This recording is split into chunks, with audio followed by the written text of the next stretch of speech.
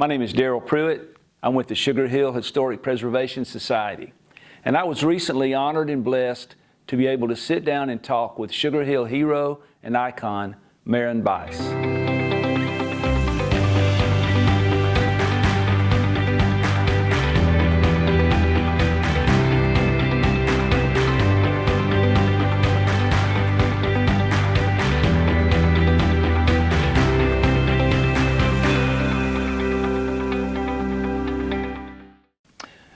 Maron, it is an honor for us to have you with us today and talk to us about your history and your life. And so I just want to ask you to start. Tell us when and where you were born. All right. I was born in the city of Gainesville, and I was about 4 in July the 31st, 1926. I was about 4 years old when my dad, he with 6 kids, he wanted us to leave the city and move to a farm in Gwinnett County. Oh. He said he wanted us to learn how to work, you know. So with 6 kids, back in those days, you need to work, and there's a lot of farming going on in those days, you know. Mm-hmm. So he bought a little farm over here. Actually, it's right where Gary Perkle Park's at, there on the creek. We was right there. We lived our house. I could pick out the spot that the city owns now, but that's where I was raised a good bit right there. And so anyway, we moved into that farm, as I mentioned, and Sugar Hill was not incorporated at that time, you know. So Sugar Hill and Beaufort was the closest town, but I don't know if you'd call Sugar Hill a town back those days.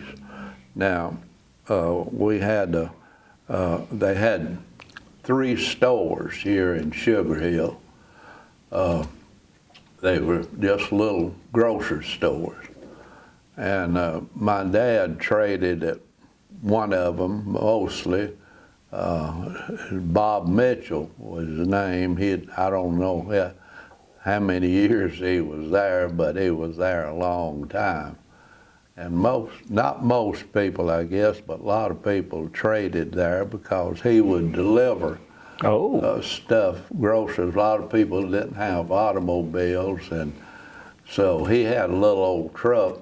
I remember it well, and he would deliver people's groceries and take them back home. They'd usually walk up there, you know. He'd take them back. But I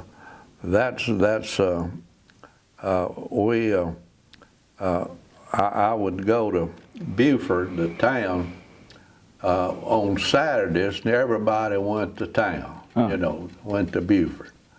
Now, Beaufort, it was a thriving little town then, you know, but they had some, you know, they allowed different things, and in the Squire Festus, they had usually a minister would preach, maybe 2 or 3 ministers would preach there. On Saturday? Yeah, on the Squire. And, but now, most of them, you'd see old men. I was just about 4, 5, or 6 years old. You'd see old men playing checkers and swapping knives. It was a knife swapping thing back in that day. And but the funniest thing, and I can't tell you why, but when I went to town there with my dad, I'd always want to go down and see the people in jail. Be just a young kid. I can't tell you why, but then you could just walk in down there to jail, and you could see them and talk to them or whatever you wanted to do, you know. But I just wanted to go see them in jail, and so we've laughed about that over the years many times. But really, I enjoyed going to town with him. He'd buy me an ice cream. You get a big cone for 5 cents. Wow. I mean a big cone. So I enjoyed the time, and he would see people, always meeting people on the sidewalk, and you stop and patting them on the back and hug necks and talking, you know, and everybody just seemed to love each other. Just a little old country town, I mean, you know. And they didn't have a lot of things, but they had more than, Boney Allen had the big factories there, and he worked a lot, I don't know, 2,000 people or more. And everybody could get a job. In fact, there was a waiting line most of the time wanting a job. They didn't pay but very little a day then, you know. But I enjoyed going to town and seeing things, and I enjoyed going into the grocery store with my dad.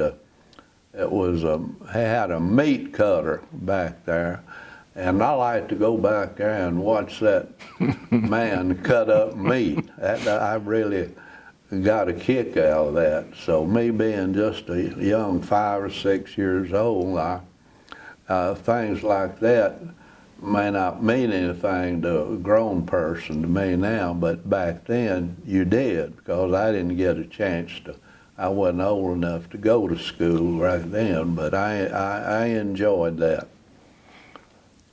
Where did you go to school? Do you mind me asking you that? I went to school there in Sugar Hill. Okay. When I first started. Now, my dad had a bus, and he was the only one that carried the kids around Sugar Hill to school. They didn't that many come. He got 10 cents a head. That's the way they paid him to take those kids to school.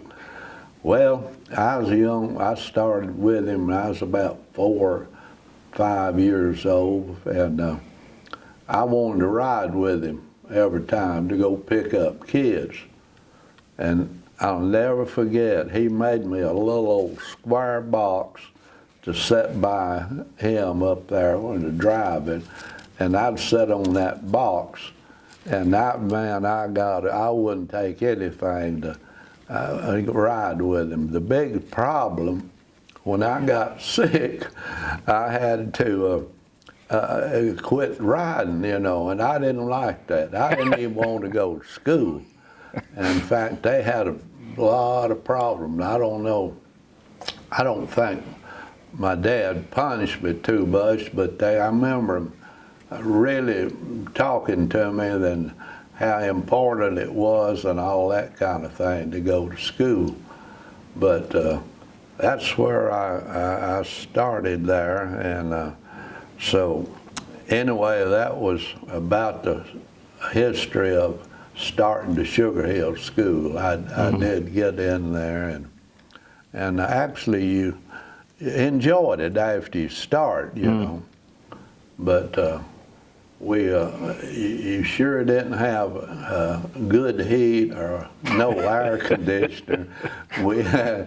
I never forget when we got in the 3rd grade, it's nearly grown boys. You know, they didn't go to school much, so they didn't get promoted. You know, they'd be nearly grown boys in the 3rd grade, and the teacher had trouble with them. They had the windows. We had big windows, and they had to keep them raised, you know, in the summer. And those boys would slip out the window, go out the window. The teachers look around and say, "Where's John?" or where's Tom at, you know. And so I'll never forget those days, but it wouldn't do for me to go out to leave. My dad would have tanned my hide if I had. Let me ask you this. You said y'all moved to Sugar Hill to farm. What kind of farming did you do?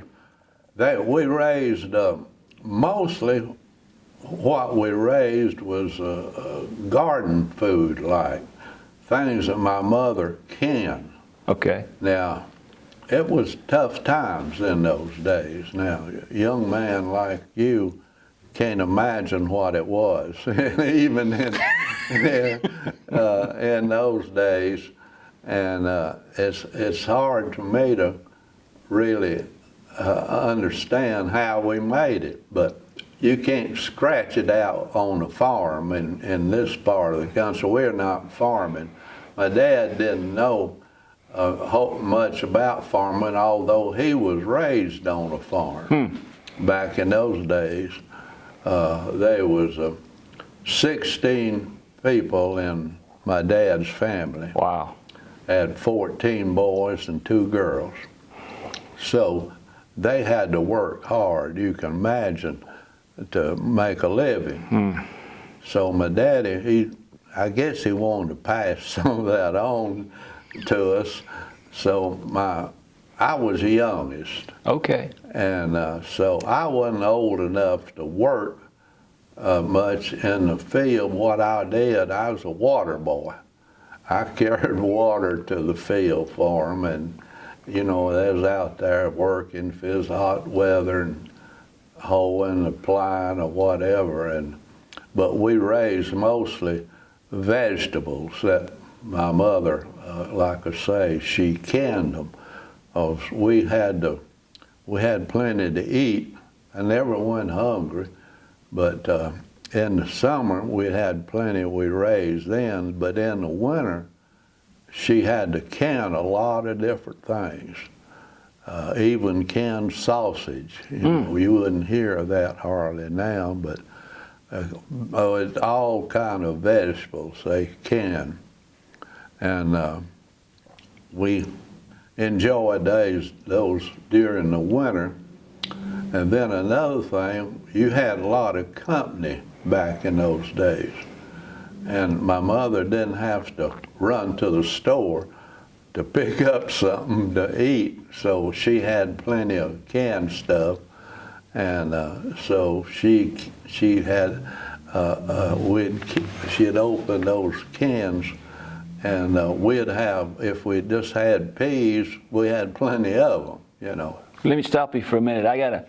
The people that are listening to us, and probably some of the people that are watching us, when you said you had a lot of company, they probably don't know what that means when company would come over and you'd have company. Tell us what that meant.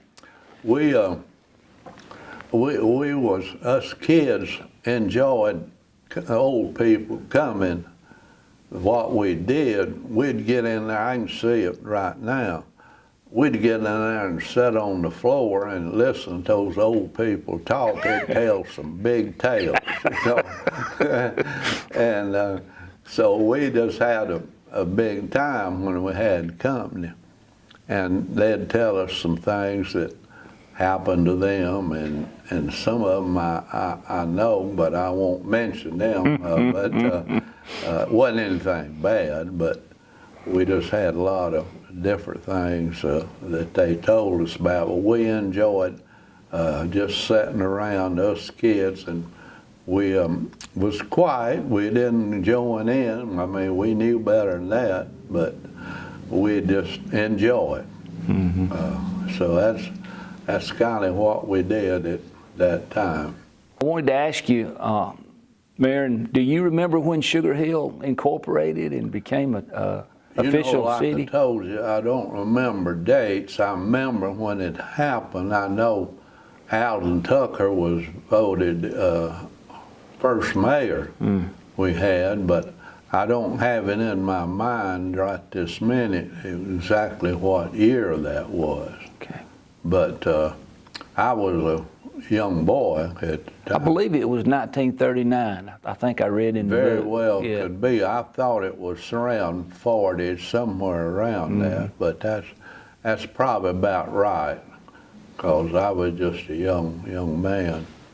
But I remember when it was, some people was just kind of, they didn't know about that, getting incorporated as a city, and they still country, they like country things, and they don't like anybody to be telling them what to do. That's right. People still like that. I was county commissioner, 16 years. Yeah. And I could write a book on that. People, what they like and what they don't like. And always wanting something, but they don't want to pay the tax. That's right. That's just the way it is. But yeah, I remember that very well, but I don't remember exactly the dates. Well, I like your hat. And do you have any World War II memories you feel comfortable sharing with us? Well, I do have some memories, and I jotted down a few of them, and let me say what I jotted down to see kind of what I had on my mind. But anyway, I do have a lot of memories on going in service. Okay. Now, I finished high school at 18. I was 18 years old, and I finished in Cumming, Georgia. I went 2 years there and finished high school there. Well, like I say, when I finished in '44, I wasn't out of school long till I got my draft notice, And I said, my goodness, I thought I'd have a little more time than this.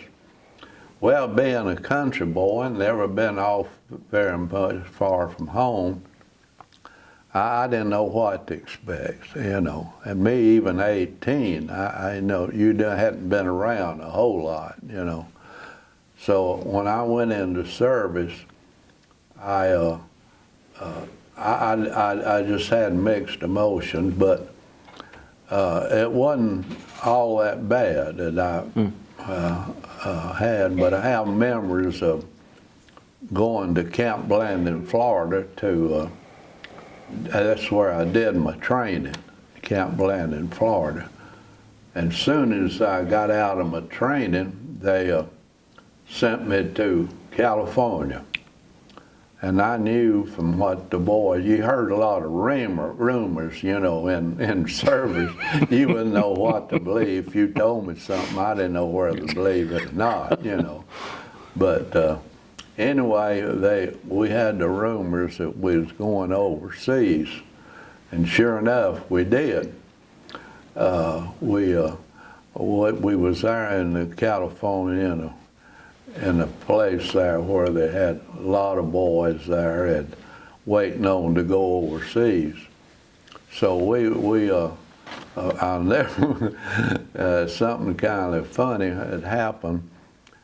We started overseas and we went up, going up the gangplank. I was homesick. I'll admit it. I was homesick. And so we was going up the gangplank there to get on the ship to go overseas. And I'll never forget the band, one of the bands, Salvation Army, had a band there playing. And they played Georgia on My Mind. And boy, that just that really got me, So we went on got on the boat and stayed on 31 days, and I was sick about 30 days of it. So I wasn't able, the only thing I got out of doing KP or other work, because I was sick. I was sick. And, but anyway, I don't know if you want to know any more of where I went to or anything. Okay, if you want me to kind of finish my thing on service. So I went to went to a little town. When we pulled in the ship, we got the rumors, and it was right that time, that we was going to go into Japan. Japan. The war was just getting over with. And originally they told us that I was in the Army Infantry, and they told us we was going to have to get off there at Okinawa. That's where we was docked. And go, said a lot of the Japanese didn't know the war was over. And our job was to go in to get them out and that sort of thing. So we was dreading that, you know. So we stayed out there in the ship 3 days before we got off the ship. And the word we got, we was going into Japan to occupy some of the first troops to go in occupy Japan. And so do you want me to finish that? I do. Okay. We went in Japan. We ship got in the dock there about 3 o'clock in the morning, and we had to get off the ship then, and we didn't know what to expect. When we got off, it's a little old town, and at that time of morning, the Japanese was lined up on each side of the street, kids and men, women. Well, we didn't know what to think or what would happen, you know. So some of them had never seen a, American soldier. So we marched down the street there to go to an old building. It was where the airport was, is an old bombed out building, and that's where we had to spend the night. But those people were just quiet. I mean, you didn't hear anything out of anybody. Actually, we talked to one that he could speak English. There wasn't any of them hardly could speak English. But he said that the people was glad that the war's over with, really. I mean, they'd suffered for years, So we went to that bombed out place to spend the night till we could get a place to stay. And so do you want me to tell the rest of what we did and while I was in the service there? And so anyway, we was in that building just a few days, and I was a big eater, but we only got those sea rations, they call it, and at least they had a bar candy in every one of those. And boy, we love candy, and we found out they love candy. They hadn't had any like that. So anyway, we got by on those sea rations, and till they got there's a hotel there in a little old town, and they fixed up 2 floors. There wasn't but 40 of us men in that one company. It was small. When they divided up, they put us 40 in that company, like I said, and then our job was to guard the ships that come in, So we stayed there for a while, and then one morning they come out and announced that they was going to bring some trucks in there, open trucks, and we'd be going to a city to see it. We knew some things about it, but we didn't know for sure. And actually the city was Hiroshima, where they dropped the atomic bomb. Oh my. So they let us all get on the ship, and so after we got on the boat, trucks, they took us up there to that town. It was a town, the way they described it to me as a little town like well, it's about the size of Gainesville, Georgia, Okay. originally. And a few miles before we got into town, you started seeing roof off of houses. So they wouldn't let us off the truck. I guess the radiation or whatever, you know, I don't know. But they had kind of cleaned up a path around a place there.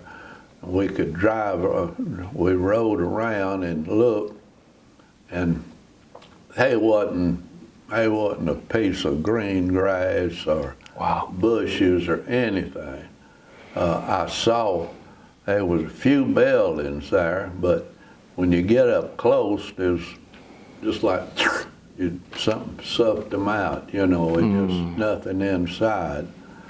And I can't even describe what I saw, although we didn't. Later on, they let some go on in and walk around some of the places, you know, but they didn't let us that day. But I saw enough to where, like I say, me being a country boy, I couldn't imagine anything like that happen. Now, as you know, that was a small bomb compared to what we have today. And you just hope to God that we never have to use it, or Amen. nobody. Amen. Now, not many people really realize what that is, how strong that is. And I always said, if you ever use it, it's like destroying your own self, because different countries has got that now. Then we was the only one. Of course, as you know, when that happens, they start to work fast. And we understood that, and I'm not in on that type of thing, but we heard that some of the countries was pretty far along in developing their own. But we was first, and we dropped that bomb. And I don't even want to say how many that it killed and hurt, you know, and that sort of thing. But it was a sight that I never dreamed about. I mean, it stays in my mind, not every day, but I mean, I think of it often, you know, how proud I am that we live and have a country that's strong. Now, I'm one of the ones that believes you gotta have it strong. You know, if you're gonna pick a fight with a guy, you'd rather pick one on a slim guy, a little guy that you think you could whip, you know. That's right. That's the one I would pick out. But anyway, they let us stay a long while there, and but we never did get to go back. And we went back to our place. They had an old bombed out hotel, like I mentioned. They had fixed up 2 floors for us to stay in, and it was pretty good. They let 2 guys to a room, so that wasn't bad at all. And then we could pretty well do what we pleased. We only had 1 officer in the company, and he didn't much care what we did, you know. But we had 2 to a room, and then they loved to work for us. They wanted to come in and clean up our room, and just give them anything, especially those sea rations. They loved them to get that candy out of. They loved that. So we never had 1 minute's trouble with them. They would work for us, and they are workers. Now, I never saw a fat person while I was over there. I mean, you just didn't see them. Now, they live mostly on greens. Everybody had a little old bitty garden around the back of their house, and they raised greens in those turnip greens and things, and then they'd catch fish. We was right on the ocean there, and had a lot of rivers around there. Okay. So they'd catch fish and eat those, the fish and turnip greens. I mean, that was pretty well the diet, you know. So we didn't eat, and they put up a few little, like a little cafe thing, but they were off limits to us. And they kept cautioning us, don't drink the water here, don't drink the water.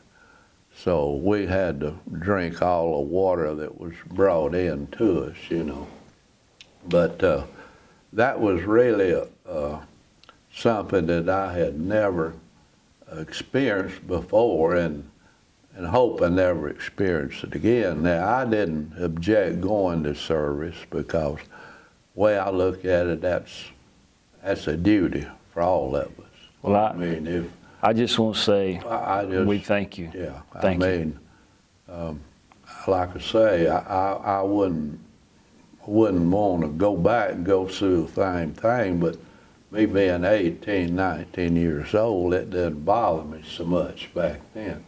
I didn't even have to sleep much back then, you know. We got out and we was souvenir hunting, me and another guy, 'cause nearly everybody had a sword. They owned swords like we keep guns in our house.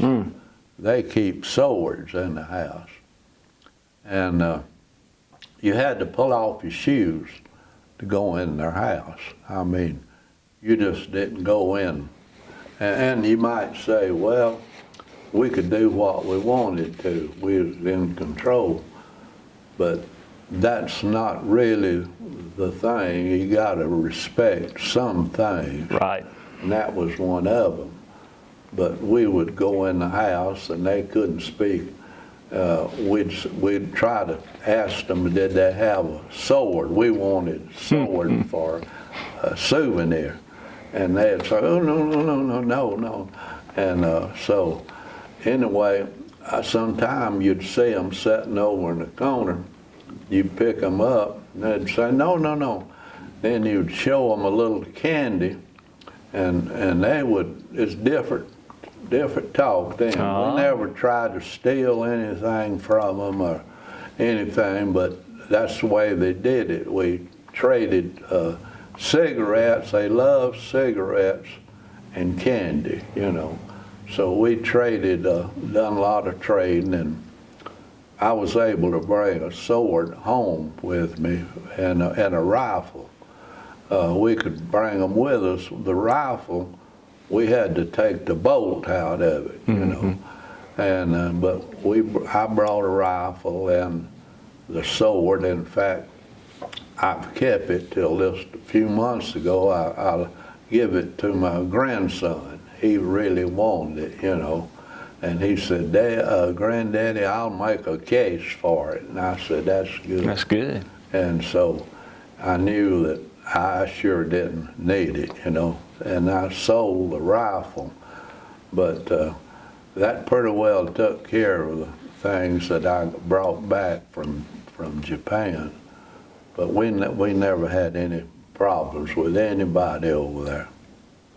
I never saw a drunk person in my life over there. They drank a lot of beer, but we was issued beer there so much a week. But I don't tell this to many people but I wasn't raised to drink any kind of alcohol, and I never did. I never tasted the beer. I gave mine away to the, there's always some guys want some extra, wanting it, you know, glad to get it. But I was glad to and give it to them, there you go. know. And I didn't charge them anything. But anyway, we had later on, like I said, I was a type of guy that I could eat anything. And I was really hungry. They come out and advertise for they wanted some cooks. Said we need 4 cooks. And I told a buddy of mine, I said, let's volunteer. And I said, one thing about it, we get in the kitchen, we can get plenty to eat then. Yeah, that ulterior motive. Yeah, so we could pretty well, it wasn't fancy food, but it was good, you know. Well, A lot of potatoes, you've heard of that. Oh, yeah, oh, yeah. Potatoes. Oh, yeah. Now, we had a lot of those. So me and my buddy, we started cooking. You'd work one day and off 2. That's the way we worked. And though those 2 days we were off, I could do pretty well what I wanted to do. So anyway, that kind of the highlight of what I did in Japan. Well, we really appreciate, I say this for myself and all the rest of us, because if it wasn't for you, men of your generation, women of your generation, we wouldn't have what we got today. So thank you. I appreciate it. Thank you. You might wonder why I'm wearing my cap.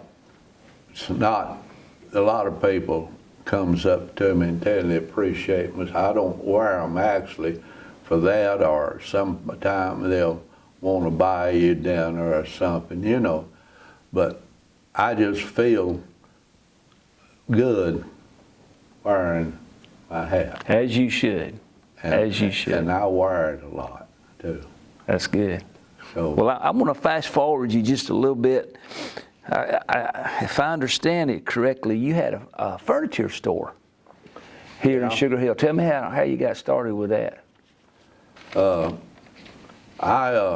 After I got out of service, I come home and my dad had passed away while I was in service, and he had a little country store down here.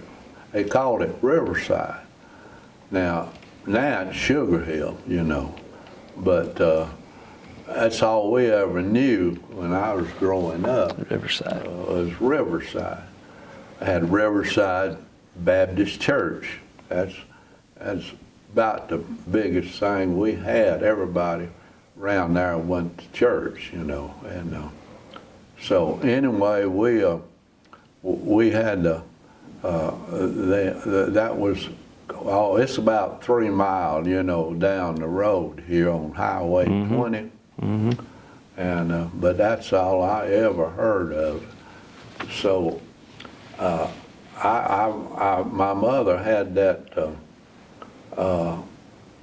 little old country store. My dad had it there, and before he passed on, and I remember, I helped her a good long while after I got out of service and come home. She was by herself, and I lived with her for a while. And the gas, the regular was 20 cents, and the refill was 22 cents. And we had to pump up the tanks by hand, you know. That's the way you got the gas up in this big old bowl. And so I helped her, and we had a good little old business there, but it wasn't for me. I mean, you know, I don't think you could get rich on on the grocery store. A lot of people traded with her, and she did a lot of credit business. A lot of them wouldn't pay. Right. Then a lot of them didn't have the money. We had one guy that he's waiting on to get a job. They offered him $1 a day, and he wanted $1.50. So anyway, there wasn't any money even back then. When I got out of service, it was, everything was cheap, you know. And it just, I mean, we can't imagine a younger person that now, because you couldn't have, it wasn't a new automobiles or anything like that. If it was, you didn't have the money to buy them, you know. But then I decided helped her a good long while, and I decided I'd get married, and when you get married, you better get a job, you know, and so I got married. Then I knew the next thing I had to get a job, and I got a job right there in Beaufort. It was Chicopee manufacturer. They manufactured this plastic or fiberglass screen. Okay. That's what we did. I enjoyed it. So Chicopee had a place in Beaufort. I know the one up in Gainesville, but yeah, they had one in Beaufort. Chicopee had a place in Gainesville. They did mostly, I think, didn't they mostly weave cloth? That's what I thought. Yeah. I think so. Yeah. But anyway, this place they had there's about 3 stores. That building we worked in, and so I had a job there, and finally they offered me a job as called a group leader, is what they called it, and if I'd go on the night shift at 3:30 to 12, and so I talked to my wife about it. She said, well, you started school. I'd started up to Gainesville Junior College. Okay. I was going to go at night, and I went 1 quarter, but then when they offered me that job, it raised me a little bit. Man, I told her, I said, I can make more money. I believe I'd like that. And I said, work 3:30 to 12, and you're off most of the day, you know. So I worked that way 4 or 5 years. In the meantime, I was kind of trading. My brother-in-law had a furniture store in Cumming, and I sat buying a little furniture to sell, and I was just mostly just doing a little trading, you know, and I had a little old 1-room building there that I put some furniture in, and then I saw that I was getting a pretty good business going there. You know, wasn't nothing.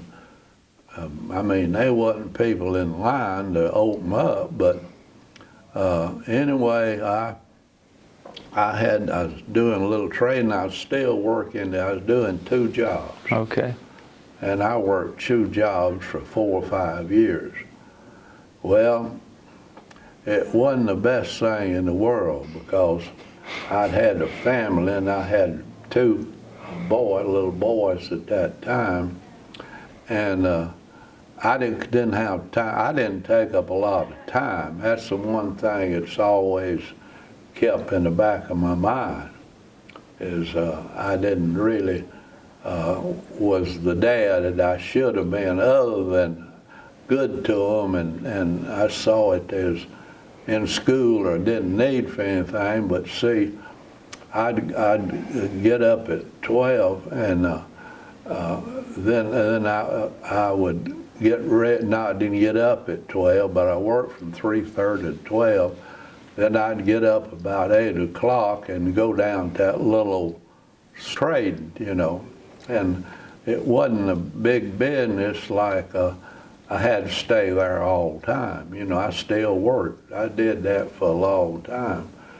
Well, I got to liking it, and so I decided I would just quit work and just do this, start a little store. Okay. So it wasn't long till I bought a lot in Sugar Hill, city of Sugar Hill. Oh.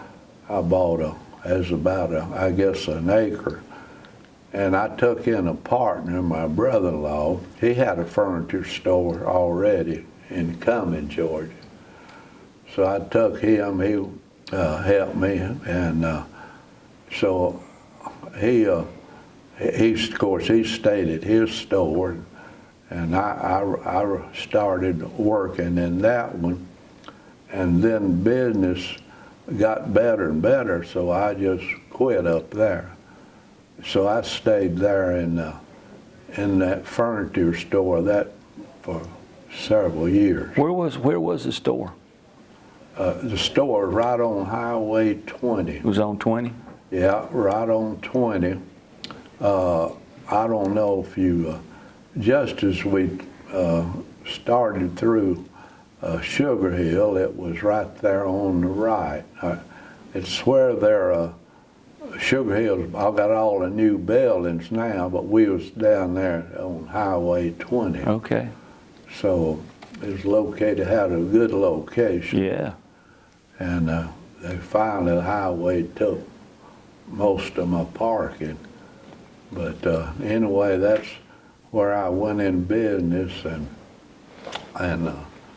then I don't know if you want me to tell you what happened when I was in business, but you might have another question. How long did you do the furniture store? I was there for, well, altogether around 30 years. That's a long time. Yeah, but the first I was there, I don't know, I believe it was 8 or 10 years when I had a fire. Okay, yeah, I wanted to ask you about, does that have anything to do with how the volunteer fire department got started? Yeah. Okay. I had one night, it was really cold winter time, and we don't know exactly what happened. I always thought it was a heating system, but nobody really found out what happened. But we had a fire, and there were some men come by. They saw it. It wasn't burning very much. They said if they'd had a hose, they could have put it out. Well, they didn't. They called the fire department of another city, and they told them their insurance didn't allow them to come out. Oh, no. To another town. And they had rules that, we got all upset about it, but we had to look at their side. Their people had a better insurance rating by them doing it in their own, but it looked a little selfish, you know. And, especially at the moment. Yeah. So, yeah. So anyway, they didn't come out, and it burned down completely. And I had a truck parked there, a big nice truck, but there's a guy come along, and he was able to push it away and didn't burn it, but about the only thing that the guy didn't get anything out. Had a lot of furniture in there. And we didn't have enough insurance to even hardly cover the building, much less inventory. Oh, you didn't think about insurance in those days. I mean, you just didn't. And so we, if you want me to tell you what I did the rest of the time, so after it burned, I had a good business going there, and I did a lot of credit business, but I had a good business going. I had 2 guys working for me, and they were really good. And but I wanted to get started back in business, but I didn't have the money to smash it. I'd lost 10 years of work. Oh. And so I told my brother-in-law, we were in together on it, and of course he naturally hated it because he was part of it, but not as much as I was, because I was running the store. So I told him that I wanted to build back there. I had that lot there, you know, and he said, well, I'll tell you what, he said, if I were you, I would do that you got a good business going. But he said, I got all I can handle over here, and you can just have to borrow the money and go back yourself. Said, I'll help you build the building, get a loan on it, you know. And so he did, but I built the building back, and but people was all upset about the fire department. A lot of them didn't even realize we didn't have a fire department in Sugar Hill. So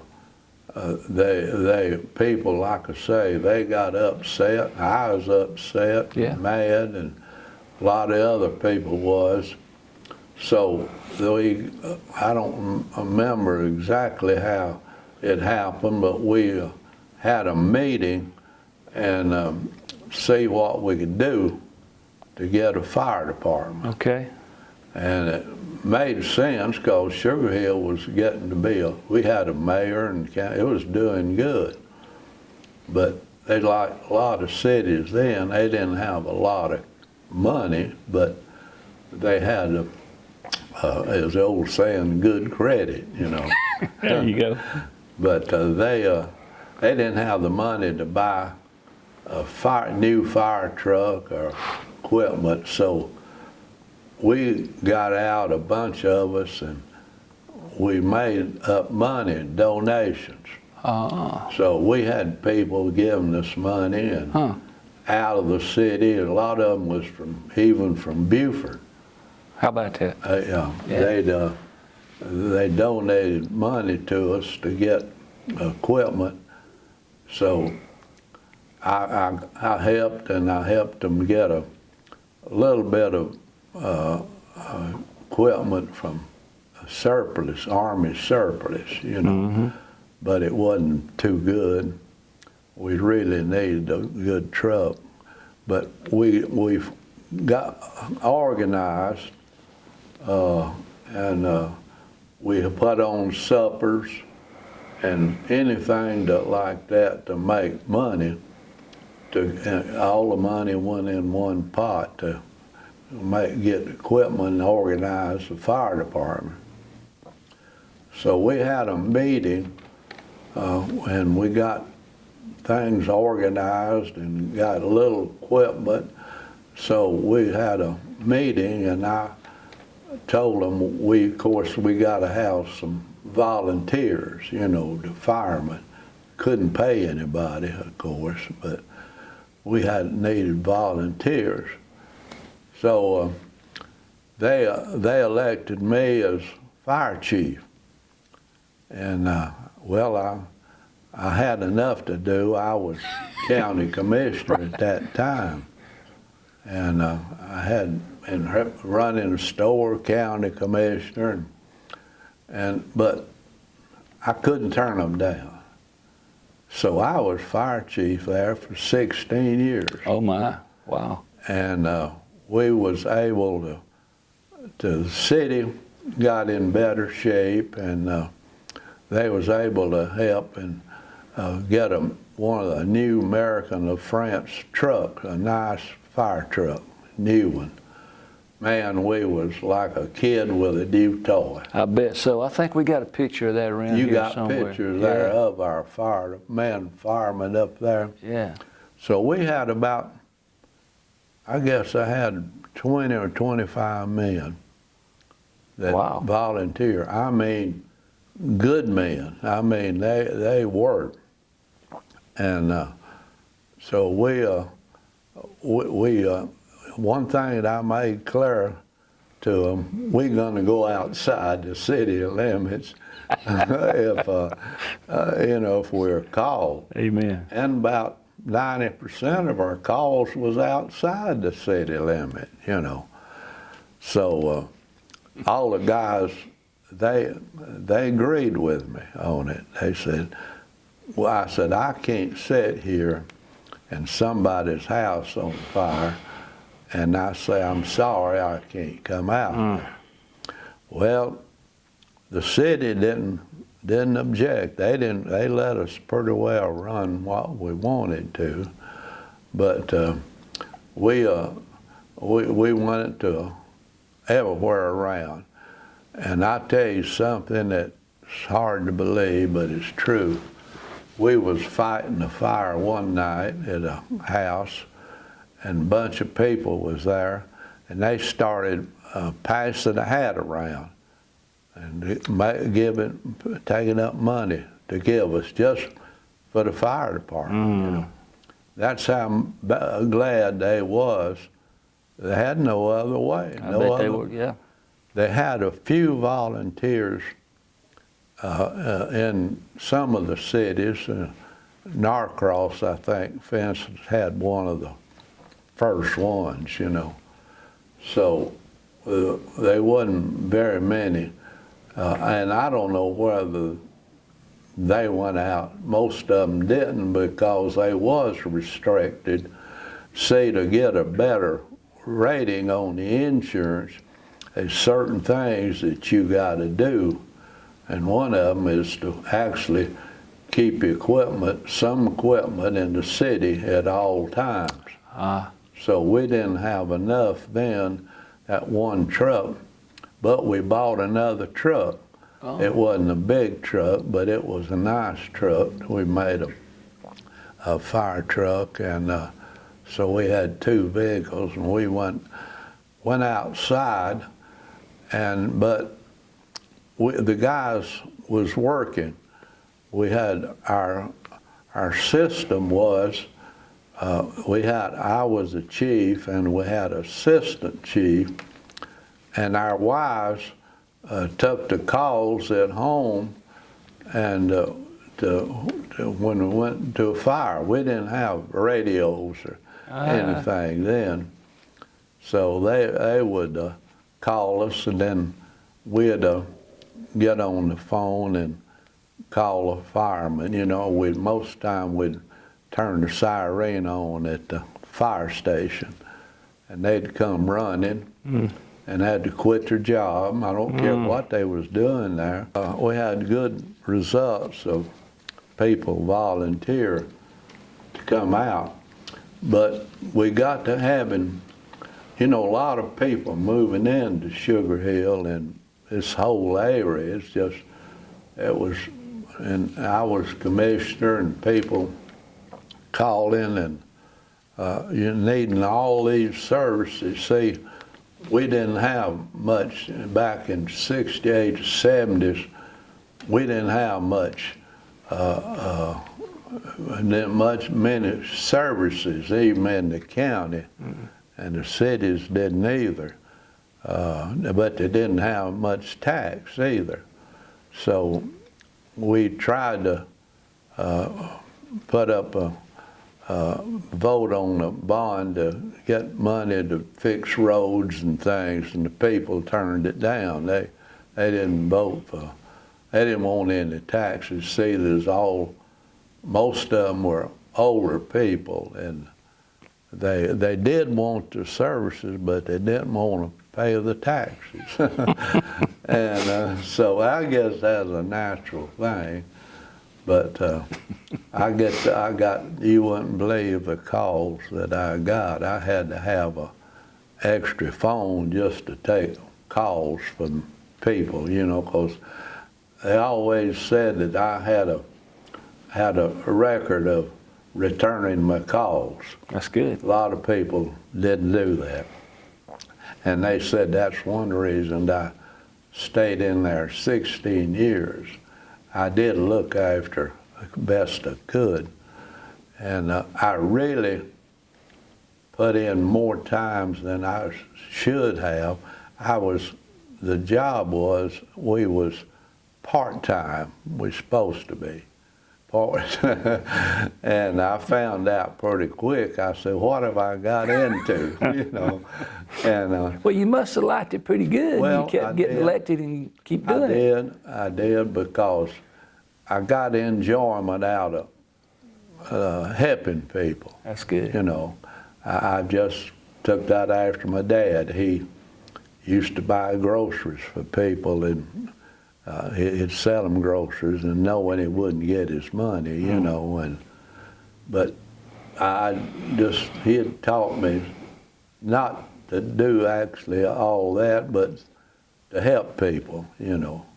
So that was a good job for me, but I was commissioner, and the county didn't have any money when I first went in hardly, so we couldn't do a whole lot for a few years before we was able, and we was growing so fast.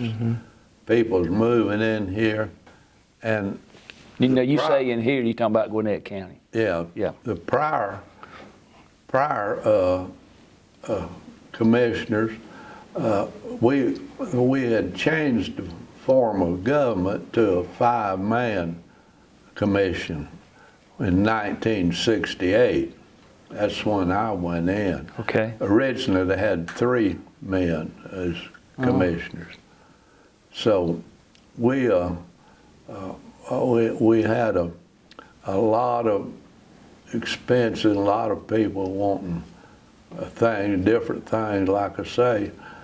And the big thing was we didn't have the water line, didn't have many water lines. But what had happened, they had only they'd put in a lot of 2-inch lines around, trying to satisfy people. Well, as you know, you can get so much water out of a 2-inch line. Well, as people were adding on to the line, but then they got so many on one line, they didn't have any pressure. Right.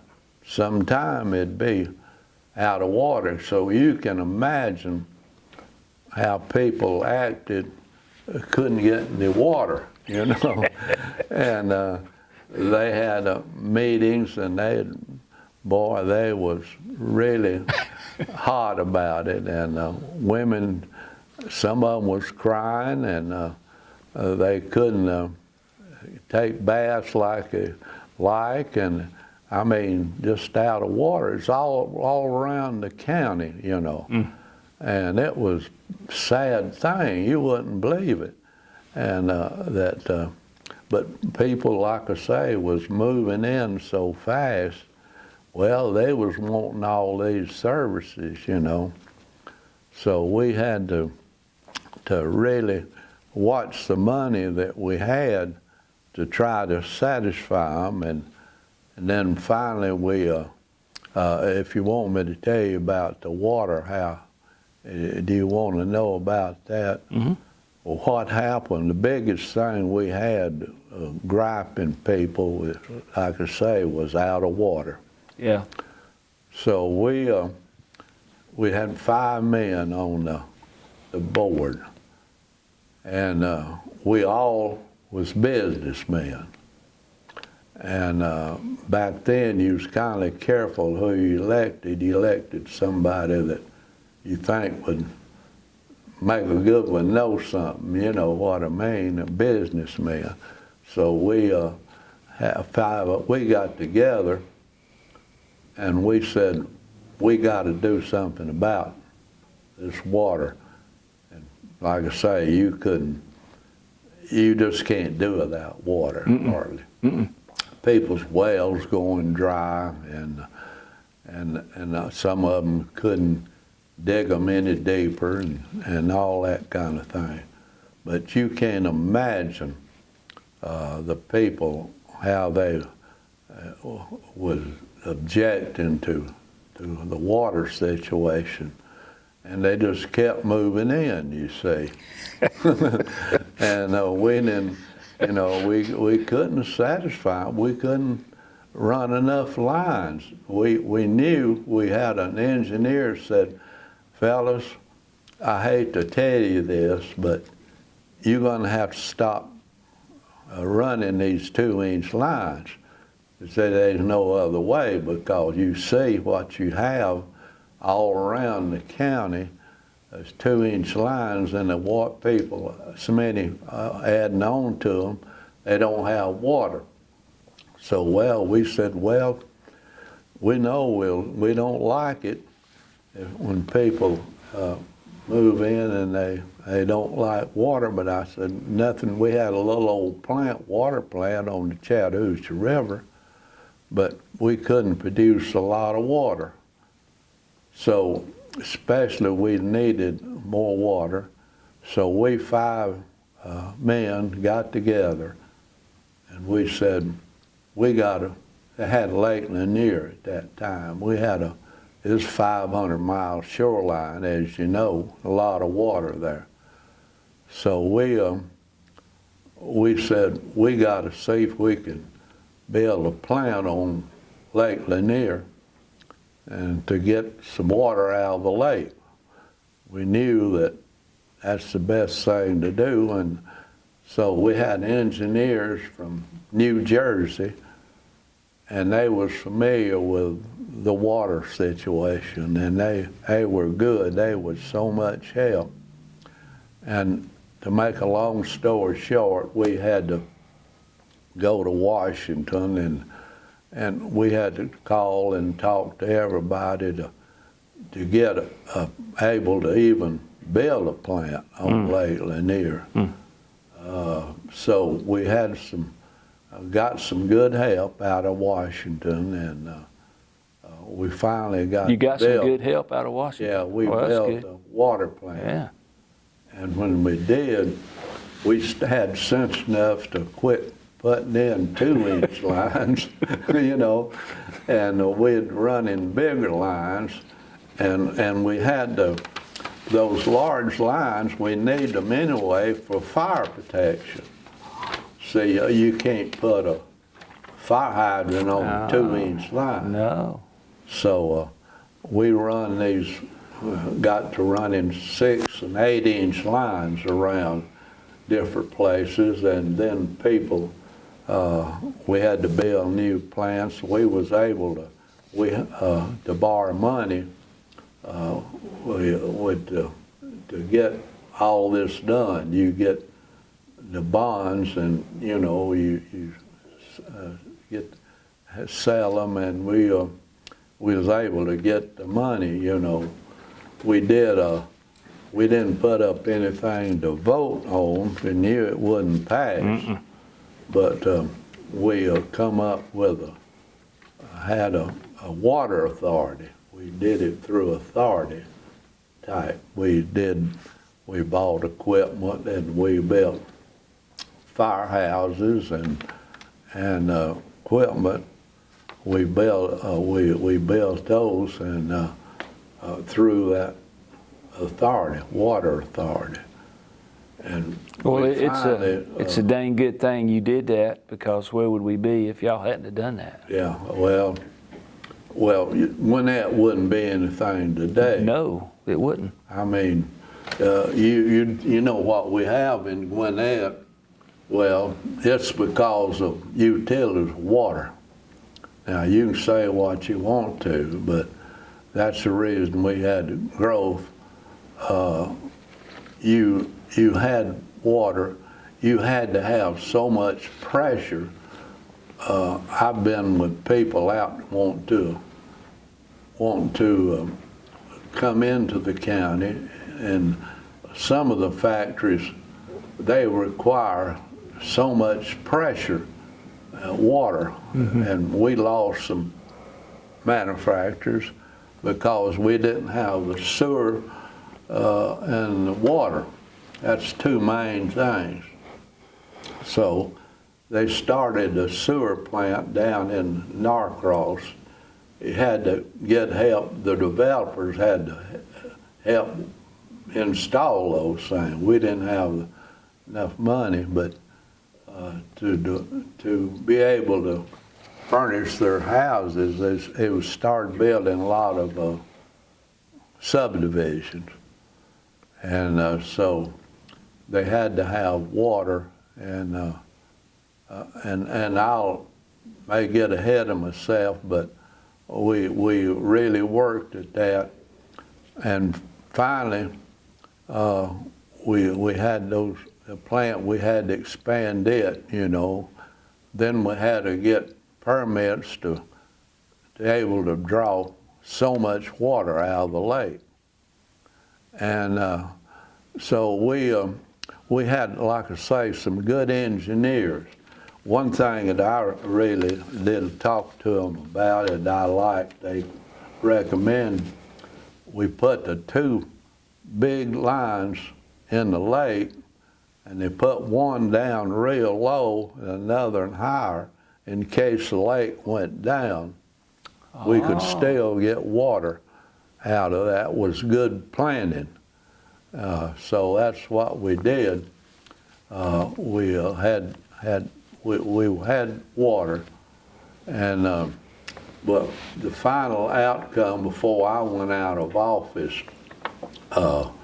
we circled the county with a 30-inch, big line around the county, and that's paid off today. That's the reason you got water here. That is great. And that is great. You have good. I live down here, Riverside, and I still call it Riverside because that's all I'd known. That's what it was. You know, and so I had water myself, and I live up on a hill kindly, and I have good pressure, you know.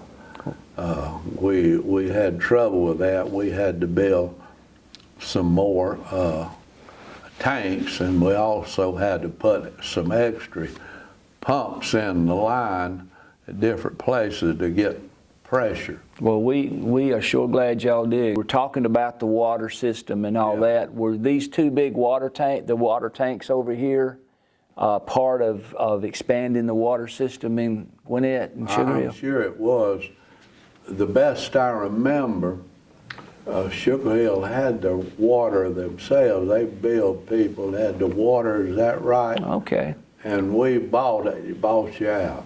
I see. And I didn't know that. That's how that you get to water out of Lake Lanier.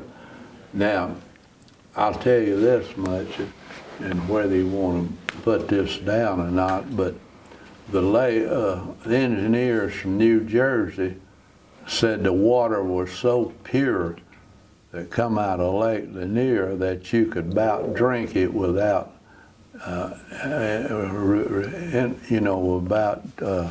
run it through this purifier, filter. Huh. So now I don't know what it'd be today. How about that? I don't know, but you got good water. That's good. It comes out of Chattahoochee from up in the mountains, and we were fortunate. Like I say, you couldn't build a plant. We couldn't build it today. I don't think we'd ever get permission. There's too many jealous counties and people wanting water, sewer, and I don't think you could build it today. So we'll do, when you get started, ever what you want me to, you want to ask me? I want to mention that this Saturday is an important day. You're receiving a great recognition of your hard work for getting the bridge built over the railroad crossing. Tell us what prompted you to want to have that bridge built. Well, when I first, everybody that I'd heard, I was a politician. I wasn't a politician, but I never had an office before. But I was so concerned. I knew, being in the furniture business, my trucks went all over the county. The roads was awful. I mean, most of them we was divided in districts, 4 districts. And they did it on pretty well population. Well, I didn't have as many up here living as they had in the lower part of the county. So that meant that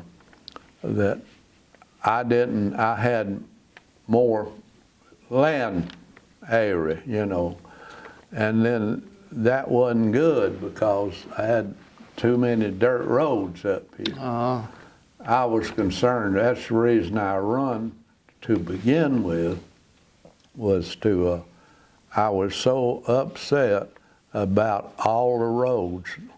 And I'll say this ahead, when I was elected, I had a man in the county that rode with me all over my district. I didn't have a good road in this whole district. I mean, didn't have a good road. We had papers, we wrote down the condition, and I just, it was awful. But that's the reason I run. Then I was concerned about the railroad crossings out here. We didn't have any bars or anything on those crossings, and I was concerned. And you might say my platform was to build, fix roads and to get some safety devices for those crossings. Okay. They'd had several wrecks already, and I think 1 or 2 killed. And so I was interested in that. And of course, this Sugar Hill was in my district, you know, Beaufort, Swanee, and Duluth, and I had a big area. But I wanted to get something done about those crossing the signals. And with all the other road work, people hollering, I had people that moving in here that on the dirt road, they'd call me and I'd tell them, I said, well, we getting to them as fast as we can.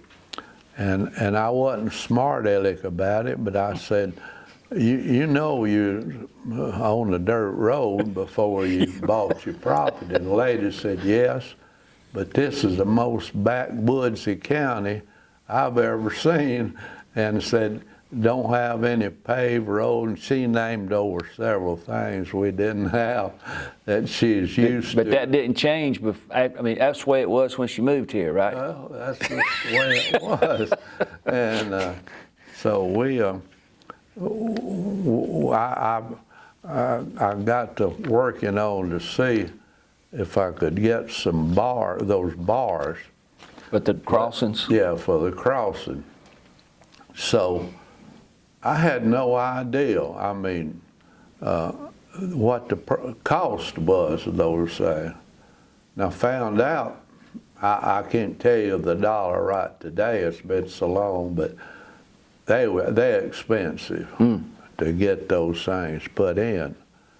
I called the railroad, see if we could get some help.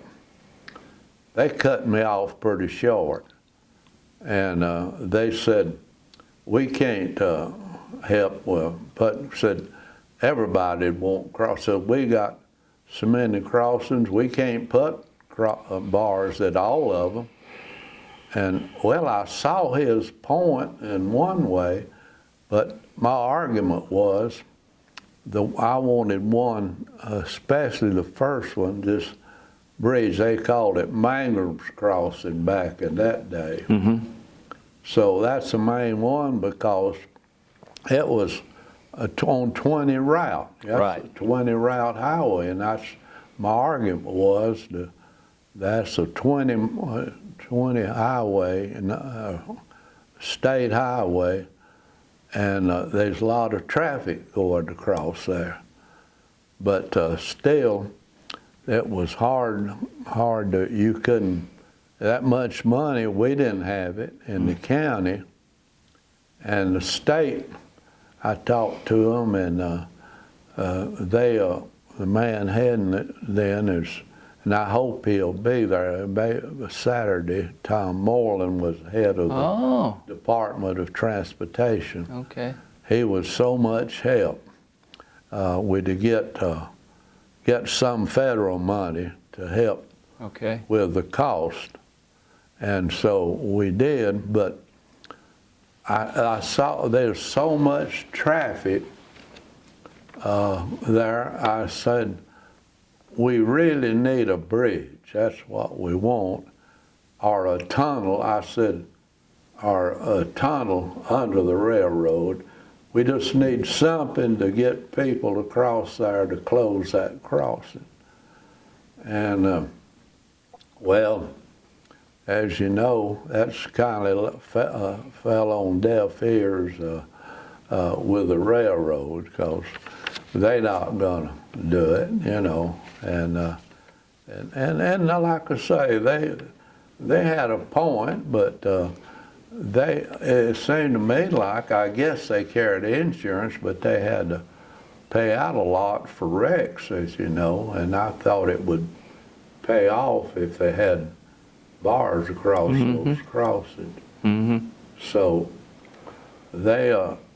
I kept working on it, and I couldn't get anything till finally the girls, 5 girls from Cumming, where I went to school, I believe the age is from 14 to 17, they come from South County, that's where they live. And naturally, they didn't have any railroads for South County. No. So they wasn't used to crossings, and you know, you gotta think about every angle while that happened. But they was riding around, joyriding, and of course they started to cross it, and there was a train. It's a bad. You just couldn't hardly see one until it's right on you. And because that, as you know, the rest of the story, the train hit them and they all was killed. So after that happened, they started listening to me. They changed the attitude with everybody I'd been talking to. They just like a turnaround, you know. Wow. They was after they saw how the need was. They didn't have to run too many tests and all. They could figure that out. That was a bad crossing, and it was Highway 20, like I tried to tell them, and that we needed a bridge. But so finally we was able to get, Tom Moreland was head of like I say, of Department of Transportation in the state, and he was able to get federal help involved in that bridge. Now, we had never had that kind of a expense spent up here. It was, I don't have the figure in my head. It was something like $3 million. Then it would be $10 million or more. Probably more. More yeah. now, probably. But they hadn't, back then, there hadn't been any big expense up here like that, you know. And so anyway, we was able to get it and get the permit to build it, you know. And so we, but the fact, as after the fact is, right. But still, the way I looked at it today, look how many lives it's probably saved. With the traffic that goes across there. Traffic. Now there's thousands of cars over that bridge every day. Thousands. Now you think about if they had to go across that crossing with the shape it was in, bad crossing, how many accidents, even those bars, people will still drive around they those sure things. Will. Yep. I've seen them do it, Me too. you know. So anyway, we got that bridge built, and I can, well, it's pretty well tell you the pretty well that's about it. That everybody seemed so happy and so proud, and I was one of them. And so anyway, they was wanting to put my name on it back then. Several did, and I didn't want to. I was in office. I said, people will think it's just political. Just wait a while. But I told them I didn't know they was going to wait this long.